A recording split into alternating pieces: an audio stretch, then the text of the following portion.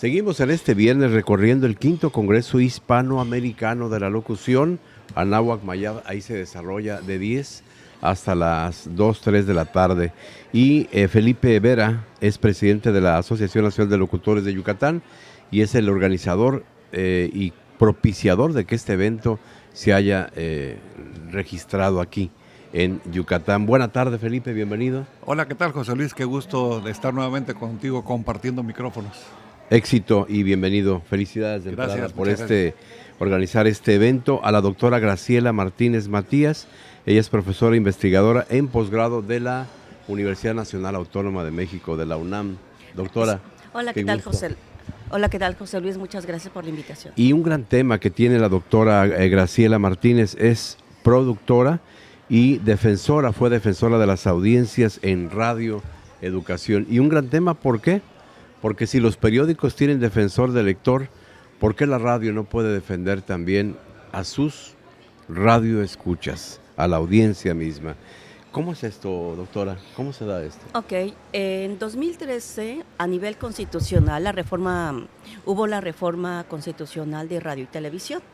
Recordemos que la ley, la antepasada, era de 1960, bastante vieja, bastante obsoleta. Entonces, en el 2013, a nivel constitucional, surge precisamente la reforma de telecomunicaciones y radiodifusión, donde por primera vez la figura de las audiencias va a estar en el estatus de derecho humano. ¿Qué significa esto?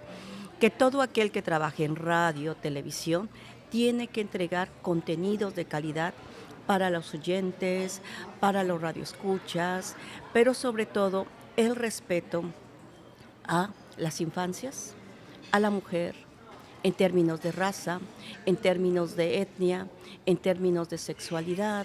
Entonces, implica que quien hace programas de radio, de televisión, tiene que cuidar mucho la calidad, pero no solamente el locutor, que es de lo que vamos a estar hablando el día de hoy en la conferencia, sino también el productor, el guionista, el musicalizador.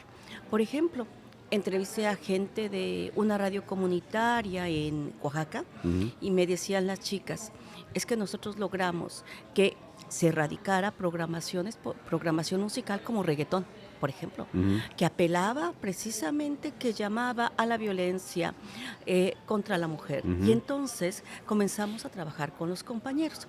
Bueno, esto va a estar en la reforma constitucional y después va a estar en la ley de telecomunicaciones y radiodifusión en el artículo 256, donde dice precisamente eso: todo medio de comunicación tiene que respetar los derechos de las audiencias. Entonces, todo medio tiene que tener un defensor de las audiencias. Es obligatorio y todo esto lo coordina, lo dirige el Instituto Federal de Telecomunicaciones. Perdón, ¿es por estación o por grupo? Puede ser por estación o por grupo. Por ejemplo, en términos de los medios comerciales, se tiene nada más un defensor. En cambio, lo que son medios públicos y comunitarios tienen por emisora. Por ejemplo, Radio Educación tiene un defensor de las audiencias, Instituto Mexicano de la Radio tiene su defensor de las audiencias, Radio UNAM, Canal 22, Canal 11, etcétera, etcétera. Pero en lo que son los medios comerciales, creo que ahí falta mayor participación y que tenga su defensor. Mayor compromiso. Que no es un interventor de gobernación como antiguamente nos pegaban unos latigazos desde el centro del país, ¿no? Era RTC la que en ese momento normaba la... Pero lo normaba de una manera casi penal, ¿no? En cambio, la Defensoría de la Audiencia es propiciar una conciliación y una disculpa pública. Exacto, y un aprendizaje a partir de esa lección. Qué interesante lo que acabas de decir. Es un aprendizaje porque a veces yo me doy cuenta, y a partir de este gran evento que tiene a bien organizar Felipe, a veces creo que el conductor, el productor, como ya estás acostumbrado, ya no te das cuenta de que estás cometiendo, pues a lo mejor un error al dirigirte a lo mejor a cierta etnia. ¿Nos puede dar un ejemplo de qué puede ser un error casi imperceptible, pero que atenta en contra de los derechos de una comunidad indígena? Decía el reggaetón que hablaba pues de sexualización incluso de las niñas, ¿no? Exactamente. Ejemplo, hace mucho tiempo en Radio Educación estaban los conductores bromeando sobre una dirigente sindical muy famosa, que ya no está, Sí. pero muy famosa. Y entonces, entre ellos comenzaron a decir, oiga, compadre, pues es que esta señora se echó a medio mundo, y usted no se le echó. O sea, Sí, sí, por sí. supuesto, la gente comenzó a llamar y decir cómo es posible que en Radio Educación permitan que un locutor se exprese de esta manera de una dirigente. Estemos de acuerdo en Sí. términos ideológicos y políticos con tal persona, pero estás infringiendo. Estamos hablando también en términos, por ejemplo, cuando lo vimos, cuando se hizo burla, y ustedes recordarán, el expresidente del INE, Ujú. cuando comenzó a burlarse de cómo hablaba, que no sabía español, un hombre indígena. Y dice, es que ya casi habla como ¿no? Como toro sentado, ¿se acuerdan? Sí, sí, ¿Se acordarán sí, sí, esta claro, parte de la claro. burla? Sí. Y entonces, eso no se tiene que permitir, porque estamos, ¿qué?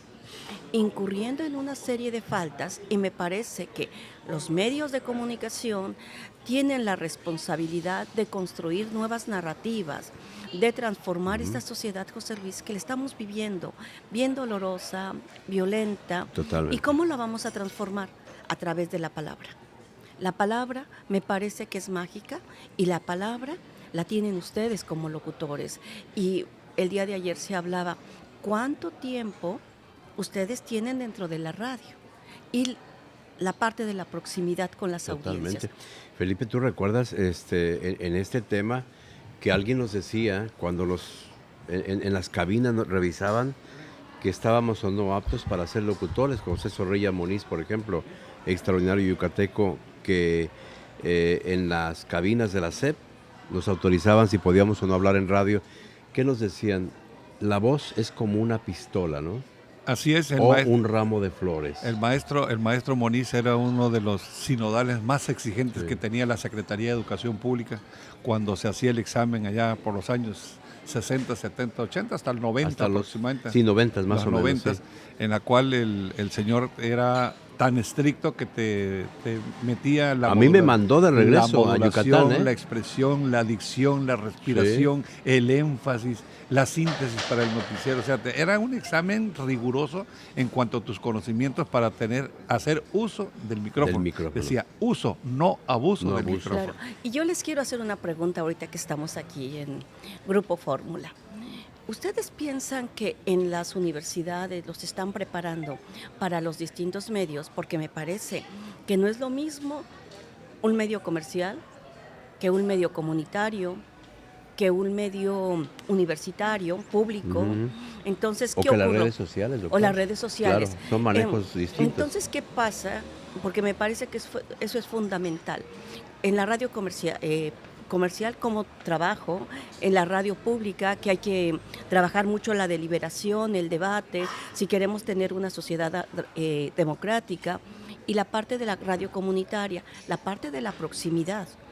En radio comunitaria yo conozco quién me están escuchando. Ahorita yo no sé quién me va a escuchar, ¿cierto? Sí, sí, sí. Pero en cambio en la radio comunitaria yo sé que a lo mejor, no sé, doña Carmen, que vende las aguas de sandía, me está escuchando. Yo le puedo saludar. Son las 12 del día, se les antoja una agua de sandía, pues Sí. ya está doña Carmen vendiendo. Desde aquí la saludamos. Entonces estamos trabajando otro tipo de lenguaje, el lenguaje de la proximidad, el lenguaje comercial, que es distinto, cómo me estoy dirigiendo a quiénes. Por eso siempre debo de Fíjese que expresar. si hay un conocimiento, si el locutor se informa bien y revisa el índice de audiencias que tiene, hay estudios sobre el tema, entonces más o menos te das una idea de quién está escuchando, y sobre todo los que empezamos en la radio rural del país, sabemos incluso en qué condiciones nos están escuchando en la radio. La gente, ya sea en su bicicleta o a caballo o en un burro o caminando con un rayovac terciado junto a la mula, al caballo, y avanzando en la montaña. Ahí se lo vas acompañando con Pedro Infante, con Vicente Fernández, con música ranchera, con una cumbia, y sabes más o menos incluso cómo hablarle, Claro. sin ser condescendiente, Exacto. pero respetuoso. Qué interesante lo que acabas de decir. Me parece que una de las partes más importantes en la comunicación es el respeto, sin ser esta parte paternalista, que muchas ¿Qué veces se pasó, cae. papito, mamita? Los Por diminutivos, ejemplo, ¿no? Los diminutivos, sí. no, basta de eso y me parece que hay que tratar con dignidad al escucha, porque nosotros también somos escuchas. Totalmente. ¿Qué pasó con la AM? Nada más quería comentar que muchas veces se piensa que ya es obsoleta, que ya está en desuso. Sin embargo, escuchando a gente, directores de radios universitarias, ellos decían y solicitaron al IFT Que nos concesiones. den las AMs. ¿Por qué? Por el largo alcance y sobre todo porque mencionaba el director de la radio y televisión de Querétaro, de la universidad, dice, porque AM me permite llegar a poblaciones que otras no. Sí, sí, sí. Y entonces, a mí me parece que en términos de medio público, yo tengo que abarcar esas poblaciones y dar servicio. Por lo tanto, Viaja más lejos. claro, dar cuenta, y por lo que mencionabas, estamos en la era de la transformación de los medios, ciertamente la digitalización.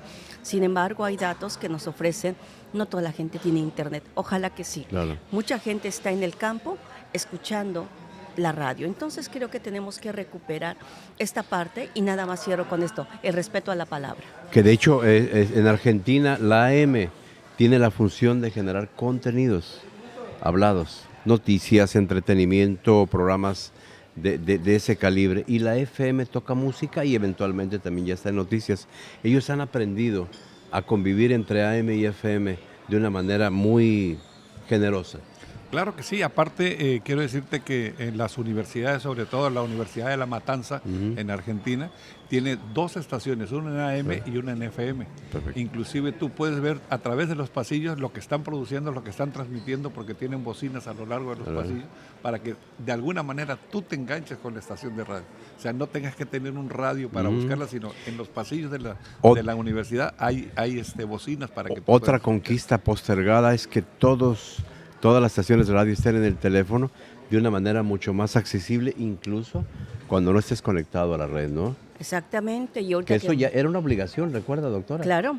Y de pronto se hicieron Pero a eso nos corresponde a nosotros, pues... empujar esta... Claro, y lo que decía ahorita Felipe, me tocó estar en la Universidad de La Matanzas en Argentina, en un congreso, y es muy interesante cómo en América Latina, porque me ha tocado estar trabajando ahorita con mucha gente de América Latina, cómo estamos tratando de hablar de la radio, pero también, José Luis, no ser complacientes. Me parece que también eso yo quiero hablarlo en la conferencia, la autocrítica. Porque me parece que la autocomplacencia, en vez de beneficiarnos, nos hace daño. Si queremos cambiar, si queremos evolucionar, y ahorita Felipe decía de Argentina, pues yo me doy cuenta que hay como todo un trabajo de creatividad. Sí. Y creo que eso es lo que tenemos que impulsar en este país que lo necesita tanto. Sí, Felipe, gracias entonces y felicidades por el congreso. Nos vemos ahorita a las 10 de la mañana, vamos a iniciar el segundo día de actividades de conferencias allá en la Universidad Anáhuac Mayap. ¿A la doctora le toca? Ella es la que va a hacer la conferencia magistral. ¿A qué Me horas toca es? cerrar. Ella es la última, con ella cerramos a la 1 de la tarde en la conferencia magistral de todas las 8 conferencias que vamos a tener en 2 días. Perfecto. Doctora Graciela Martínez Matías, profesora investigadora en posgrado UNAM, y Felipe Vera Martínez, presidente de la Asociación Nacional de Locutores de Yucatán. Muchas gracias. Gracias a ti. Éxito José Luis. y felicidades, Muchas gracias. Felipe. Gracias.